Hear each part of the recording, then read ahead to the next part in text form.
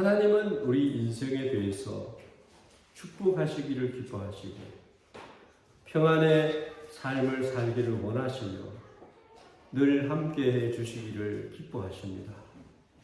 그뿐만 아니라 우리로 하여금 풍성한 삶을 살고 그리고 영생에 들어가기를 기뻐하시는 하나님이십니다.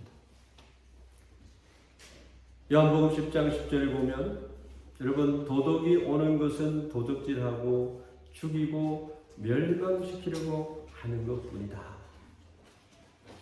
그러나 내가 온 것은 너희로 생명을 얻게 하고 더 풍성히 얻게 하려 하시는 것이다.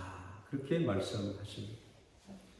오늘 아침에 읽은 이 말씀은 예수님의 세상 끝날에 대한 말씀의 내용입니다. 세상 끝날이 나와는 관계가 없는 것처럼 우리는 살아가고 있어요.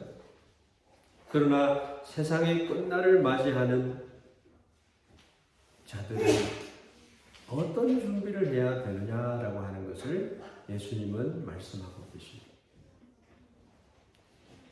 우리는 끝날을 맞이해야 됩니다. 나는 아직 젊기 때문에 나의 끝날은 아직 멀어서 이렇게 생각할 수 있습니다. 우리는 주님의 성탄의 절기를 맞이하고 있습니다. 성탄의 기쁨을 우리가 알아야 되고 주님이 이 땅에 오신 것이 우리에게 얼마나 큰 축복인지 기쁨인지를 알아야 되고 그래서 성탄을 아름답게 주님을 생각하면서 장식을 하기도 합니다.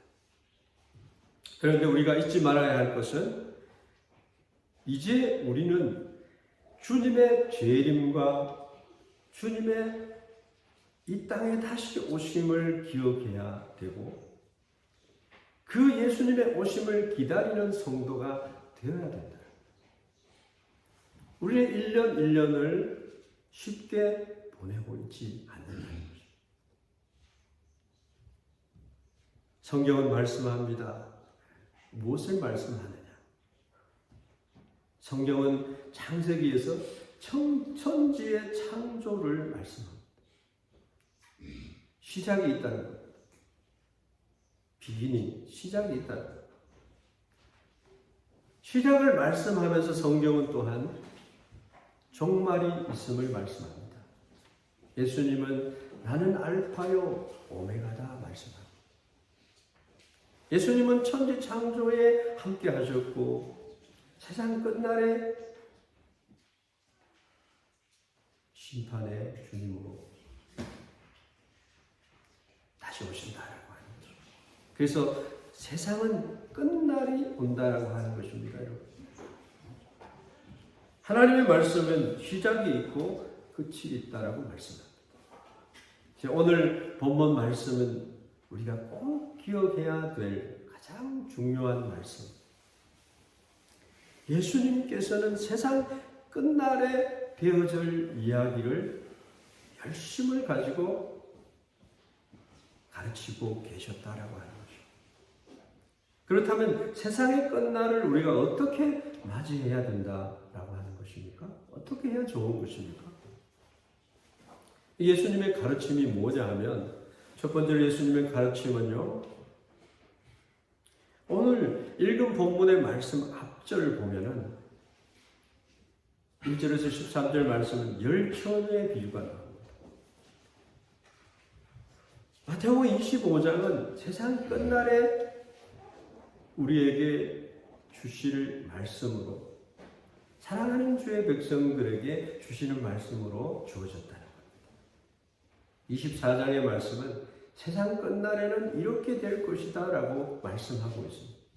전쟁이 일어나고 기근이 일어나고 지진이 일어나고 사랑이 식어지고 이스라엘 백성들이 메시아를 다시 영접하게 되고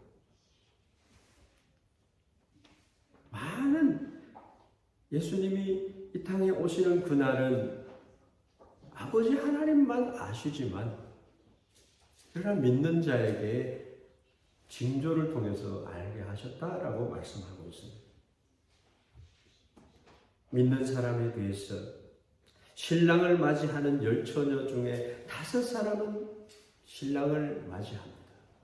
5사람은 신랑을 맞이하지 못합니다. 우리 성도들에게 신랑을 맞이할 수 있는 사람들이 되거라 말씀합니다. 그러니까 맞이할 준비를 해야 되고 깨어 있어야 된다라고 말씀합니다. 즉 믿음을 떠나지 말라. 하나님의 말씀을 사랑하는 자가 되라고 말씀합니다. 그 후에 예수님께서 달란트에 대한 비유를 합니다. 여러분, 그리스도인들이 천국에 입성했을 때 그 성도에게 주어지는 하나님의 칭찬과 상급이 있다라고 하는 것입니다. 이런 무의미한 인생이 아니에요. 여러분은 종말의 목적이 무엇이라고 생각하십니까? 우리는 1999년도에 2000년이 되면 인류는 멸망한다라고 하는 노스트라다무스의 그런 예언에 근거한 말, 또 성경에서 말씀한 내용도 생각을 하면서 원자폭탄의 핵폭탄의 그 단자를 2000년에 세팅을 했기 때문에 여기저기에서 핵폭탄이 터질 것이다. 지구가 멸망할 것이다. 그렇게 생각하기도 했습니다. 그래서 예언자의 말에 흥미를 갖고 지켜보기도 했습니다. 놀라기도 하고 두렵고 걱정스러운 마음으로 지켜봤습니다. 저도 그렇게 지켜봤습니다. 그런데 오늘 본문 말씀에서 이 말씀을 증거하는 그 목적이 있어요. 반드시 하나님의 말씀은 1.1획도 이루어지지 않는 말씀이 없어요. 이것을 하나님의 말씀이 우리에게 증거하는 것은 우리로 놀라지 않게 하기 위해서, 공포를 갖지 않도록 하기 위해서 그렇게 우리에게 말씀을 하고 있다는 거죠. 우리는 세상을 살아가면서 놀랄 일들을 많이 느낍니다. 나의 영혼이 무너질 만큼 놀랄 일들이 많이 발생을 합니다.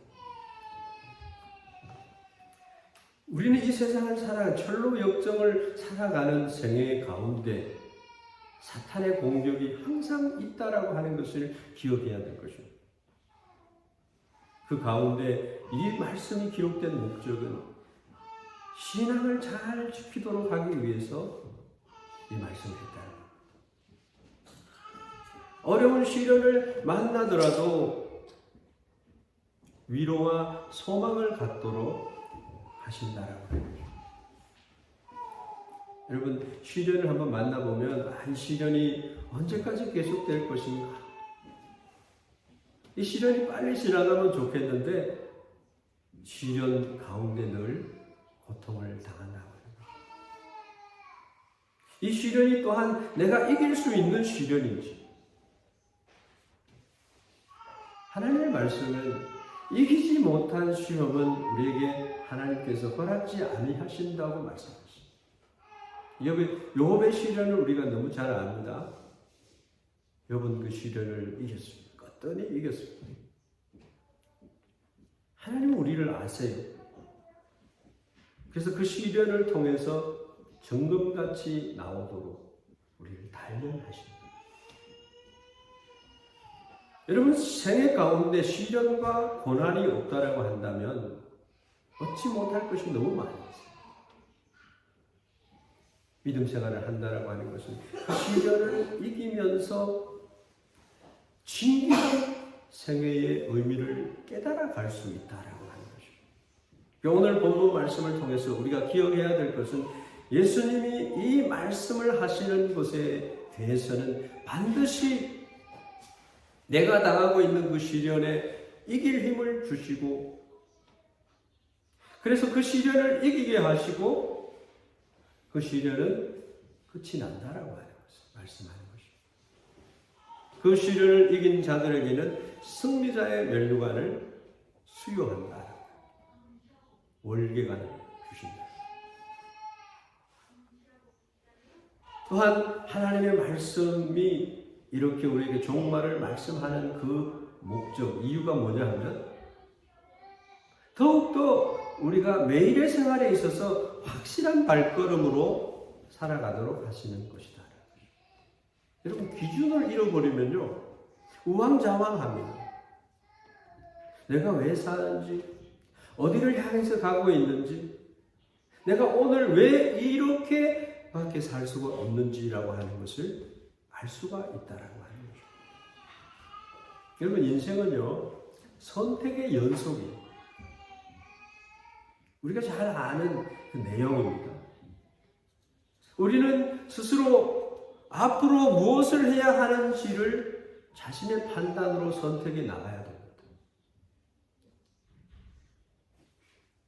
어려운 일을 당할 때 선택의 여지를 찾지 못할 때가 있어요.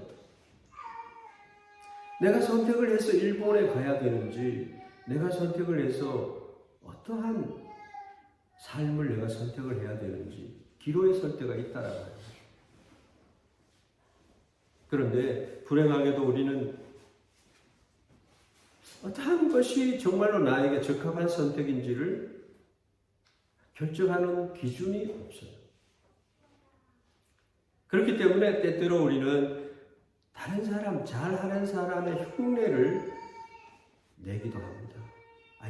저 사람을 따라가면은 나도 성공할 거야. 나도 확실한 인생을 살 수 있을 거야. 그렇게 생각을 해요.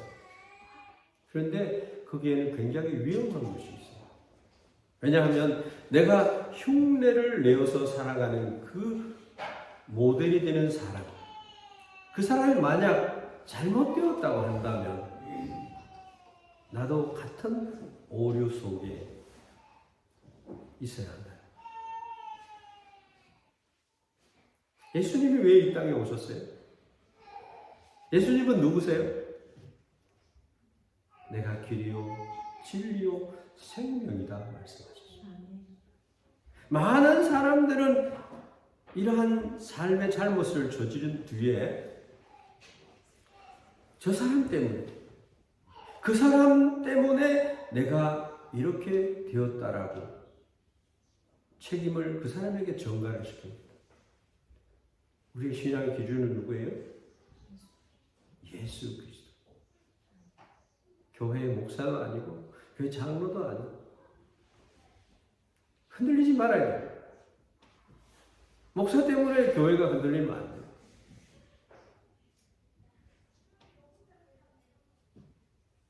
그런 후에 아무리 그 사람을 원망해 보아도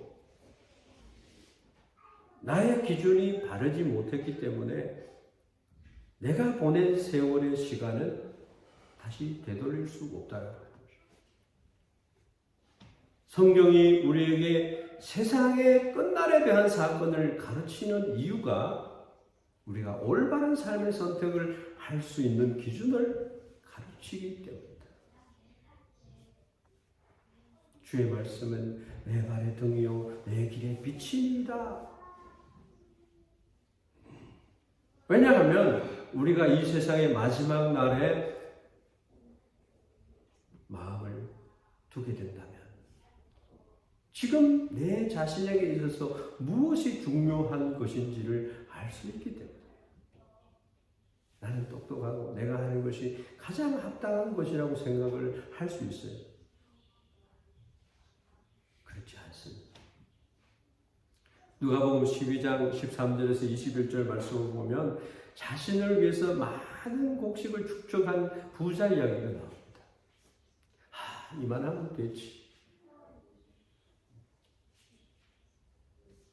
내가 이것을 통해서 더 아름다운 생애를 계획을 해야지. 그런데 주인이 되신 하나님은 뭐라고 말씀합니까? 내가 오늘 네 생명을 취해가면 그 네가 쌓은 재물이 누구의 것이 되겠느냐 말씀합니다. 하나님이 함께하는 생애가 되어야 됩니다.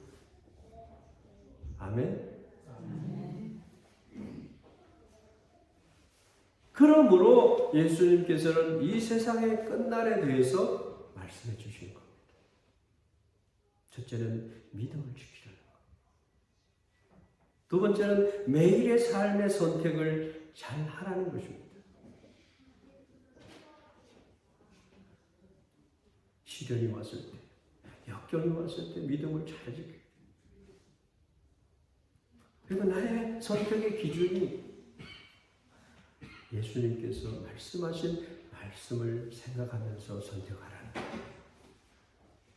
두 번째로 우리가 생각해 봐야 될 것은 오늘 본문 말씀의 내용을 들여다보면 달란트 비유의 그 뜻이 뭐냐는 거예요. 어떤 사람에게는 5달란트를 주고 어떤 사람에게는 2달란트를 주고 어떤 사람에게는 1달란트를 줬습니다. 하나님은 불공평하신 분이 아니에요. 첫째 5달란트 준 사람이나 2달란트 준 사람에게 똑같은 칭찬을 하셨고 축복하셨다. 달란트 비유에는 우리를 대표하는 세 사람이 등장을 합니다. 오늘의 이 이야기의 말씀은 긴 여행을 떠나는 주인이, 이거는 예화예요. 이 주인은 하나님을 나타내고 있습니다. 이 종들은 우리들을 얘기하고 있는 것입니다. 주인은 종들에게 각각의 그 역량에 따라서 자신의 재산을 맡깁니다. 그리고 우리 인생에게는 하나님이 우리에게 필요한 만큼 은사를 주시고 축복하고 계시다라고 하는 것입니다. 잘 하거라. 잘해야 돼요. 그리고 인생을 마귀에게 속지 말고 그렇게 살아야 돼요. 그리고 충성되어야 된다. 안 떠나고 어떻든지 하나님께서는 우리 인생에게 대해서 5달란트, 어떤 사람은 2달란트, 어떤 사람은 1달란트를 맡겨주셨더라고요. 먼저 우리는 주인의 신뢰를 받으며 주인의 신뢰에 대한 대답을 하는 두 종을 만나게 됩니다. 여러분, 달란트라고 하는 금 1달란트는 얼마가 되느냐라고 했을 때 금 1달란트는 6천 데나리온의 가치를 갖습니다. 원 데나리온이 근로자가 하루 일을 한 임금이 1데나리온입니다. 그러므로 1달란트라고 하는 것은 노동자가 20여 년간 쉬지 않고 일을 해야 받을 수 있는 급료입니다. 상당한 재산을 나누어 줬다라고 하는 것입니다. 이 어마어마한 재산을 우리에게 나누어 주셨다. 그리고 꽤 많은 날이 지나고 나서라고 하는 말씀이 19절에 나옵니다. 그 주인이 맡긴 재산에 대한 결산을 하는 때가 있다라고 합니다. 인생의 갈 길을 다 달리고, 우리 이상희 집사님의 어머니 김만자 집사님이 소천하셨습니다. 주님께서 이제는 세상에 달려갈 길을 그치라 말씀하셨습니다. 하나님 앞에, 하나님 품에 안겼습니다. 이게 바로 결산의 날이라는 거죠. 결산의 때에 우리는 어떠한 모습으로 주님 앞에 서는 것인가? 여러분, 이 세상에서 계속 나는 이 세상에 있을 것이야. 아닙니다. 주인 되신 하나님은 아무런 제약도 두지 않고 자율에 맡겨서 이 재산을 달란트를 관리하도록 하셨다. 주인 되는 하나님은 종들을 신뢰하고 그들에게 맡겼다. 우리 이 말씀 어떻게 들어야 될까요? 하나님이 우리들에게 은사를 주셨다. 은사 개발이라고 하는 그런 책들도 있고요. 어떻게 하면 그리스도인으로서 멋지게 삶을 살아드릴 수 있을까라는 좋은 책들이 너무너무 많은 거예요. 여러분 2024년도에 제자훈련을 받을 사람들은 어떠한 분들일까? 저는 그렇게 기대감을 또 가지고 있습니다.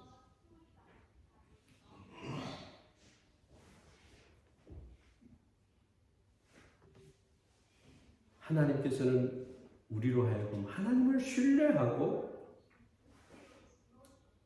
아름다운 삶을 살도록 설계하셨다라고 하는 것입니다. 인생의 설계자는 하나님이세요. 나에 대한 계획을 가지고 계시다는 것입니다.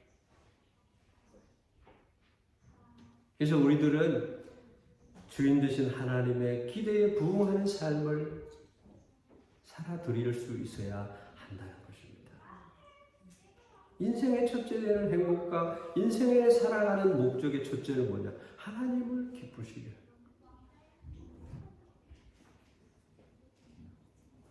그러한 인생의 목적을 그리면서 우리가 살아갈 때 반드시 5달란트, 2달란트를 받은 사람처럼 착하고 충성된 종아 잘하였도다 칭찬을 들을 줄 믿습니다. 이 2명의 종은 그 달란트를 사용해서 각각 장사를 했습니다. 인생에 달려갈 길을 열심히 달렸어요.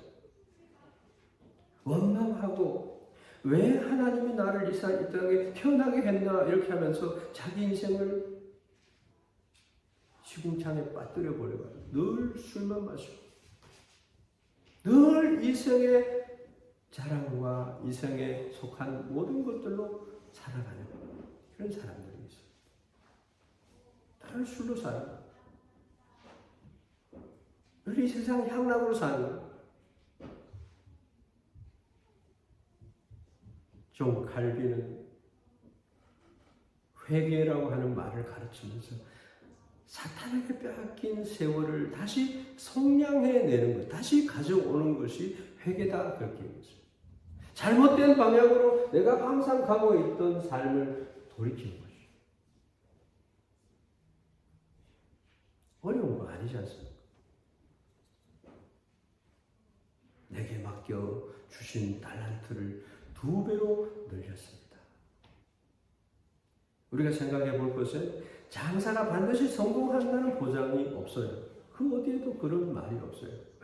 그래서 우리 인생들은 돈을 잘 버는 사람, 탈무드의 이야기, 좀 더 명철과 지혜를 얻기 위해서 선진들의 지혜를 우리가 생각하고 찾기도 합니다. 여러분, 쇼바이하는 장사에는 위험이 있는 거예요. 이 2 사람은 그 위험을 두려워하지 않고 맡겨진 달란트로 주인을 신뢰하면서 투자를 했다는 겁니다. 여러분, 우리 인생은요, 하나님을 믿는 담력이 있어요. 하나님이 나와 함께 하신다라고 하는 굳건한 믿음이 있어요. 비록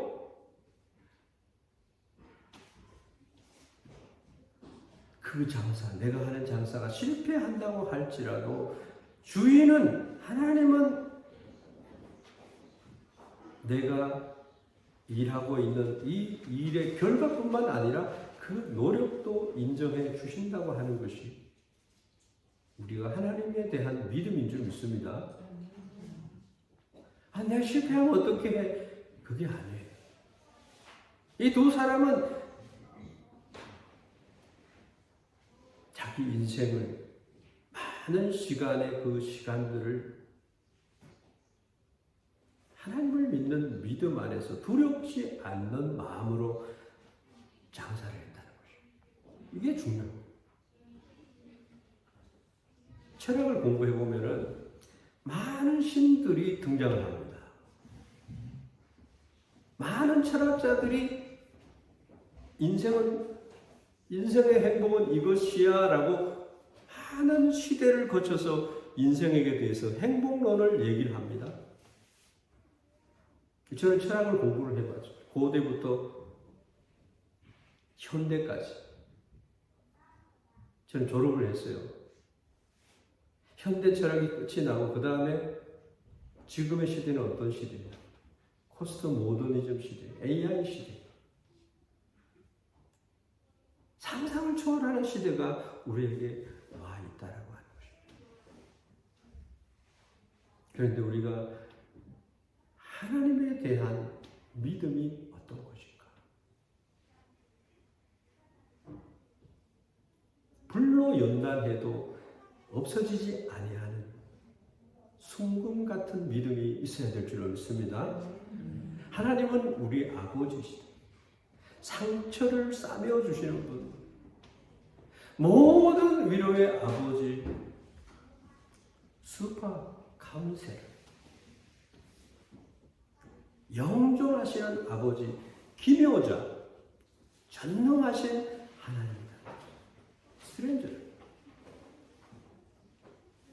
내가 힘이 없습니까?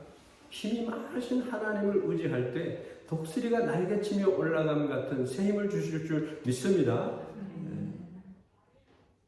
우리는 하나님을 믿고 최선의 삶으로 나아가는 것입니다.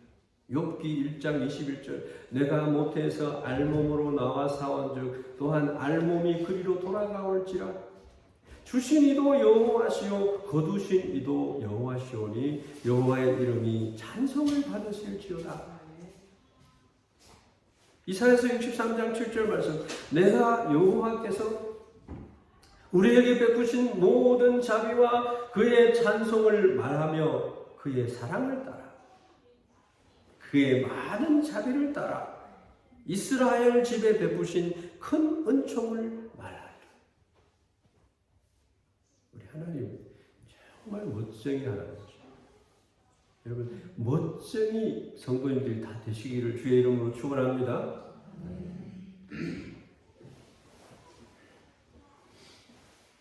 주인의 신뢰를 받았어요. 주인을 또한 신뢰하는 자로서 고백을 하는 것입니다. 하나님, 나의 인생을 이렇게 하나님 앞에 올려드립니다. 잘하였도다. 착하고 충성된 종. 작은 일에 네가 충성했기 때문에 큰 일도 맡기겠다. 여러분, 우리仙台교회 성도 여러분, 하나님 보이십니까? 내 주위에 그냥 사람들만 보입니다.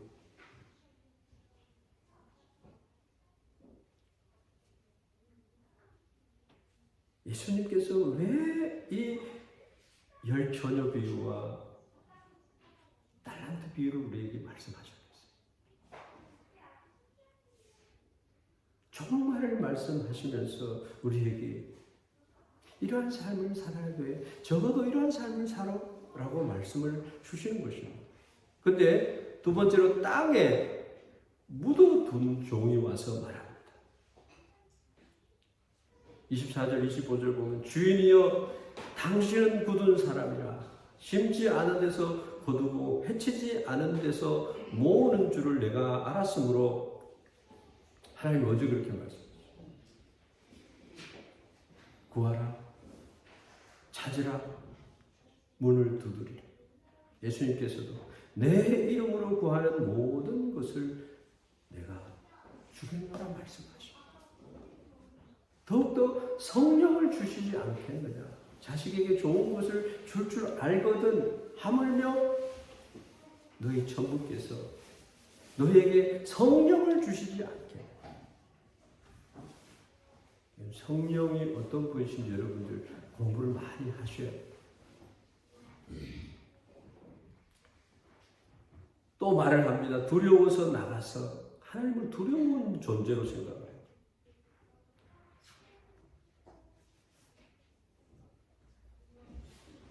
나에게 맡겨준 달란트에 대한 의식이 전혀 없어요. 당신의 달란트를 땅에 감추어뒀다. 보시옵소서, 당신의 것을 가지셨나.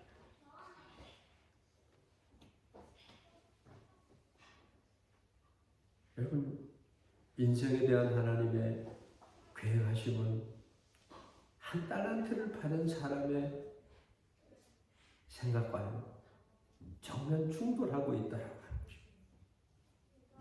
이 종은 자신의 주인은 결과밖에 보지 않는 분인 줄 알았어요.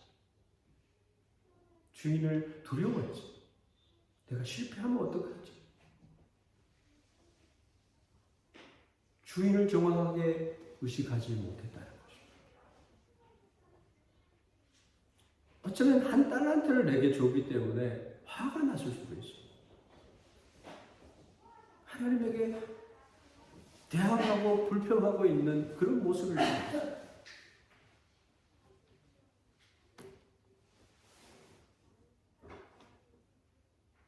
전혀 그 재산을 사용하지 않았다는 거예요. 더 흥미로운 말은 이것입니다. 당신의 달란트를 땅에 숨겨뒀다. 걱정이에요, 그는. 주인을 잘 몰랐어요. 주인의 뜻에 관심이 없었어요. 하나님이 내게 주신 귀한 재능들에 대해서 그것을 가치 없는 것으로, 하찮은 것으로 여겼어요. 여러분, 시편 기자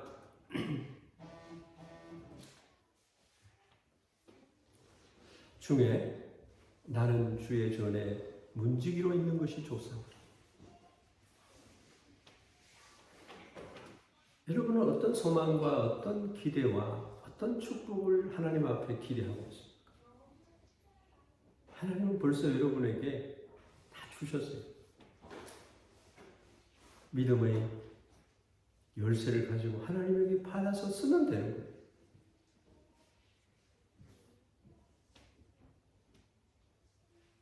하나님은 우리에게 소중한 것들을 맡겨줬어요. 사명을 줬어요. 삶의 시간을 맡겨줬어요. 그 삶의 시간에는 각각 차이가 있습니다.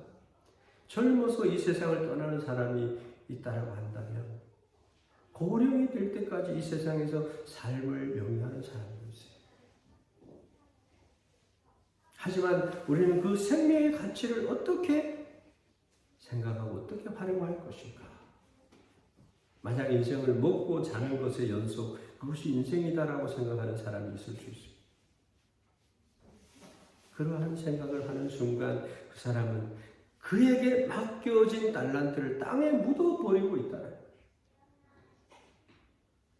왜냐하면 하나님은 우리가 맡겨진 달란트를 사용해서 풍성하게 축복받은 삶을 보내시기를 원하십니다. 할렐루야. 하나님은 그런 거예요.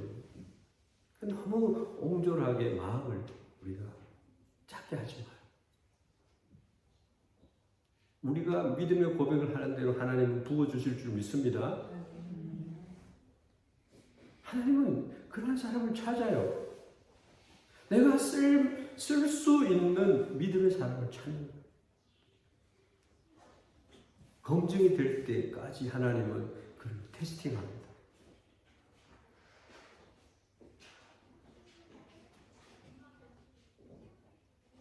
기업을 하는 사람들도 그래요. 신뢰할 수 있는 사람.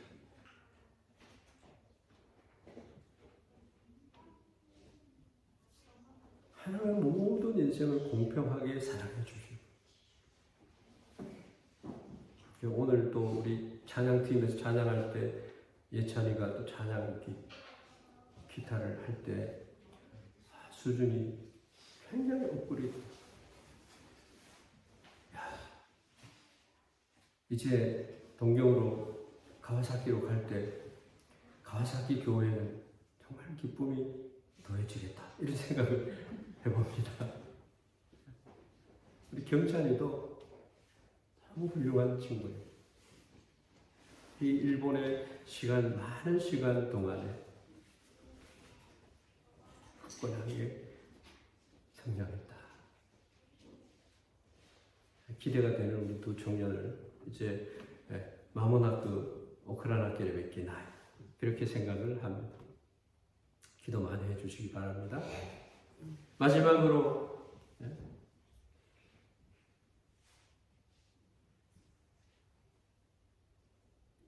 이 달란트에 대해서 하나님께서 이 세 사람에 대해서 어떤 말씀을 하셨는가라는 것이 중요한 것입니다. 예수님의 이 비유에 이 한 사람의 종, 한 달란트를 받은 이 종은 누구를 가리키느냐? 누구인 것 같아요? 유대인입니다. 유대인. 땅에 달란트를 묻어버린 사람. 예수님은 당시에 유대인을 가리키고 있다. 그렇게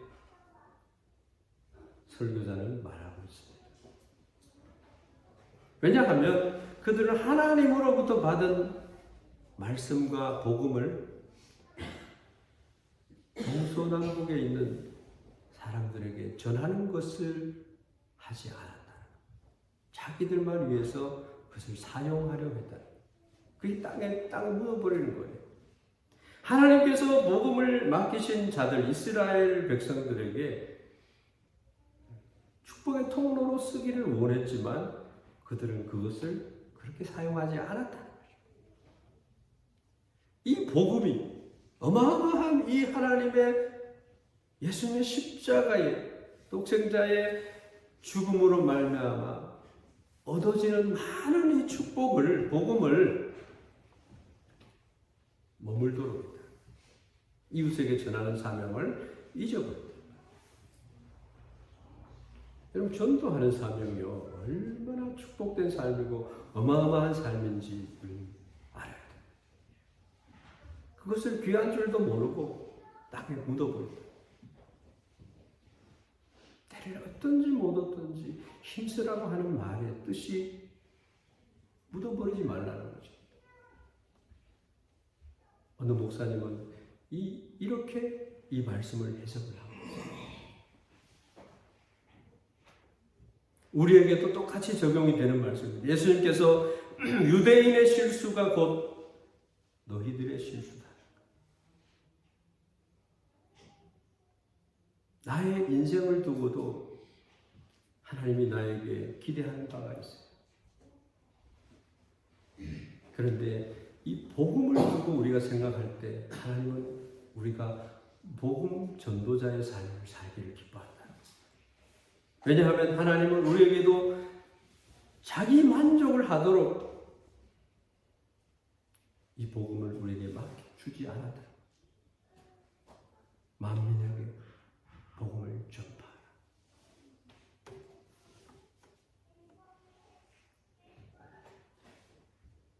여러분 주일 예배를 통해서 말씀을 듣습니다. 한 주간의 삶에 그것을 적용하면서 그 말씀을 되새김질하면서 살아가는 모습이 있어야 됩니다.